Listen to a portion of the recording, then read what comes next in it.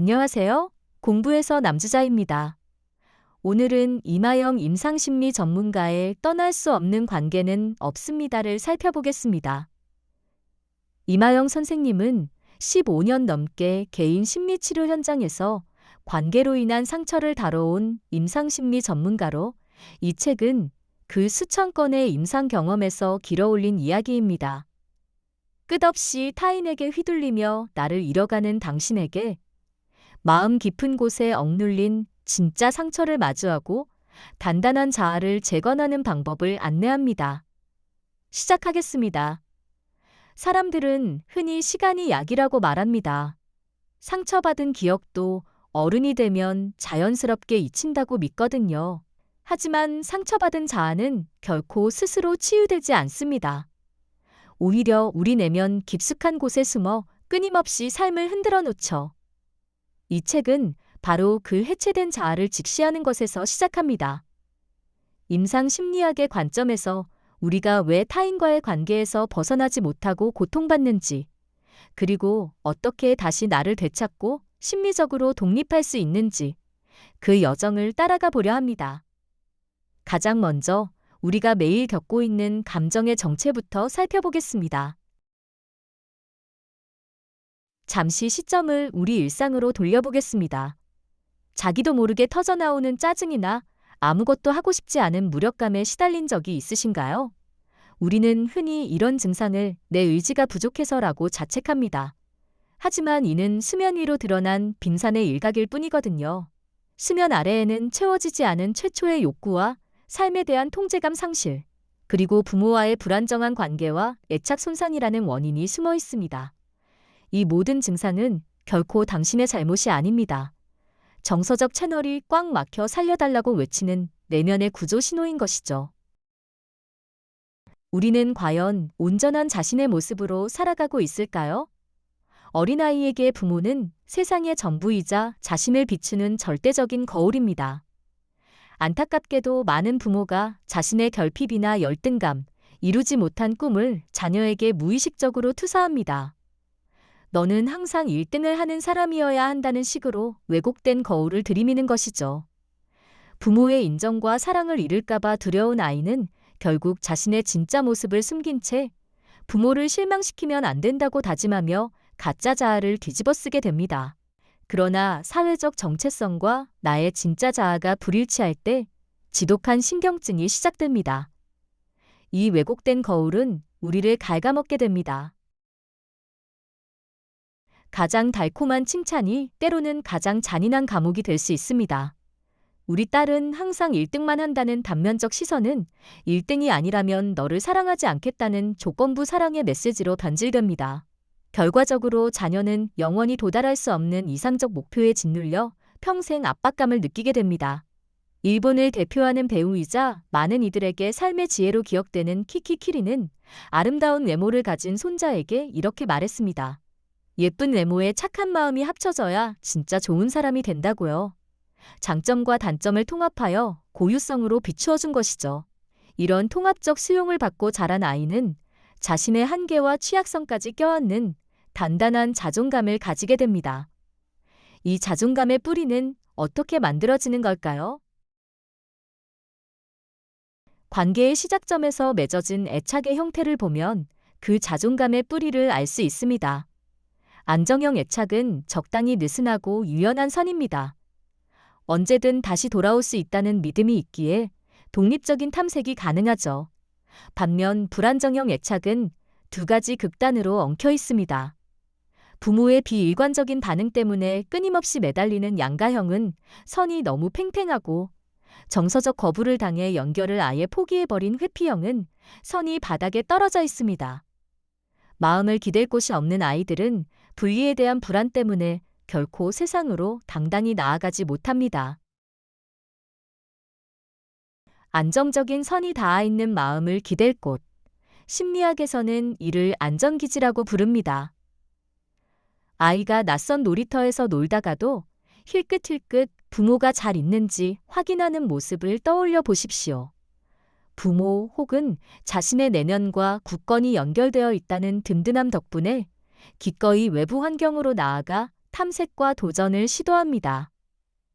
상처받거나 불안할 때면 다시 안전기지로 돌아와 위로를 충전하고 회복한 뒤에는 다시 자율적인 독립을 향해 발을 내딛습니다. 연결되어 있기에 분리될 수 있고 분리되어 있기에 다시 건강하게 연결될 수 있다는 것이죠. 진짜 건강한 분리란 융합과 단절 사이, 적절한 중간지대인 골디락스 존에 있습니다. 내 실패가 곧 부모의 실패로 여겨지는 물리적 심리적 밀착도 아니고 과거의 상처를 원망하며 무작정 연을 끊는 단절도 아닙니다. 단절은 오히려 부모에 대한 분노로 인해 통제당하고 있는 얽매인 상태거든요. 진정한 독립은 완벽한 사랑을 바라는 환상을 버리고 나의 부모님도 불완전한 인간이었음을 직시하는 것입니다.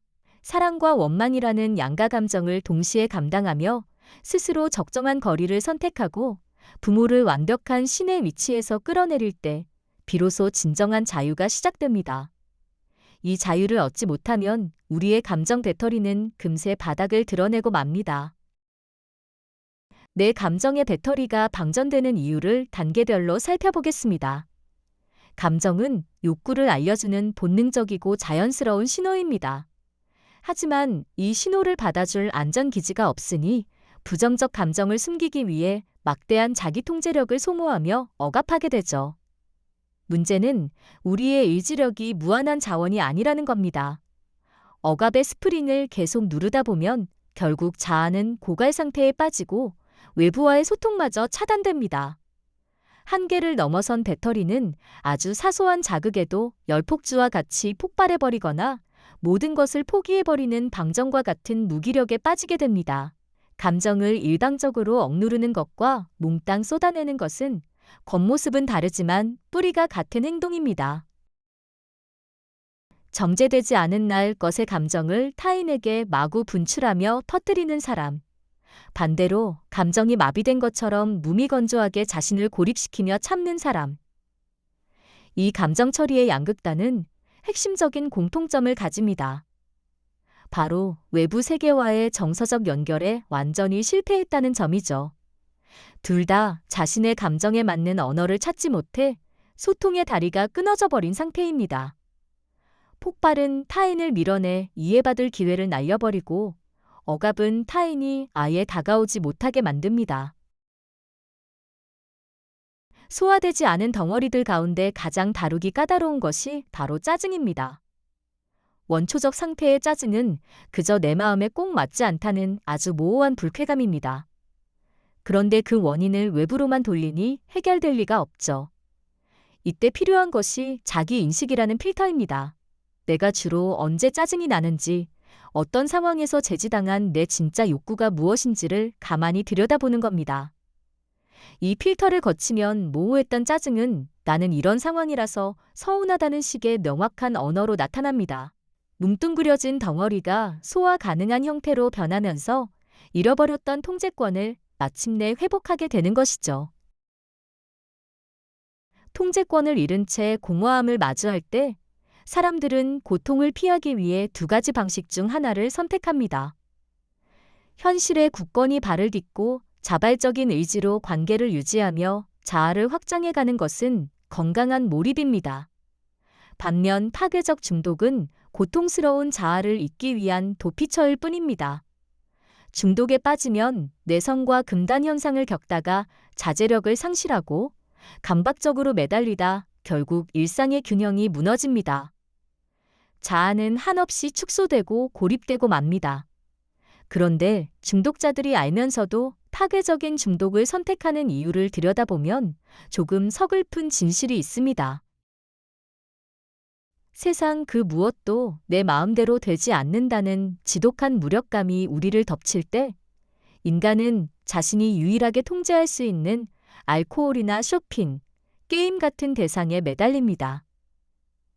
불행한 결말이 확정되어 있음을 뻔히 알면서도 내 마음대로 망칠 수 있는 자신이라는 예측 가능한 파멸 속에서 기묘한 위안을 얻는 겁니다.